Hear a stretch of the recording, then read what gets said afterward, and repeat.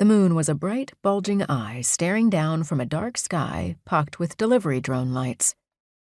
Bullet Black stood on the shore and shivered in the crystalline cold of the late February night. Waves, their white foam glowing in the moonlight, crashed softly in the distant dark of the beach. Icy mist hovered over the sand and made everything sticky. He checked his watch again and tried to ignore the worry squirming in his gut. His partner was late. He was never late. Bullet fiddled with his phone, thinking, then made a call.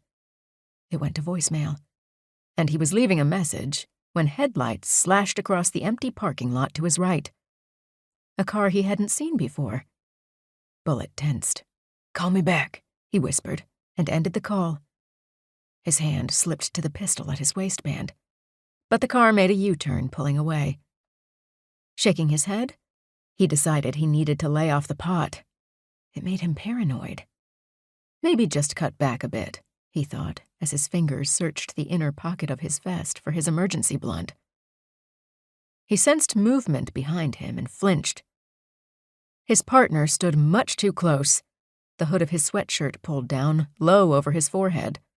"Whoa," Bullet reared back. "Feeling jumpy?" the older man asked, amusement in his voice. "I get right twitchy when my partner calls an emergency meet right before a big buy. I just want everything squared away." He circled around, shoved his hands in the pockets of the hoodie, and took a deep breath. "Can't be too careful." "Hey, Bullet glanced at him sideways as he blew hot air into his hands. "What's with the beach? We always meet in town." "I needed the wide-open space." He pulled something out of his pocket. A pair of telemetry specs from the kit. "And the dark. For research's sake." "Research?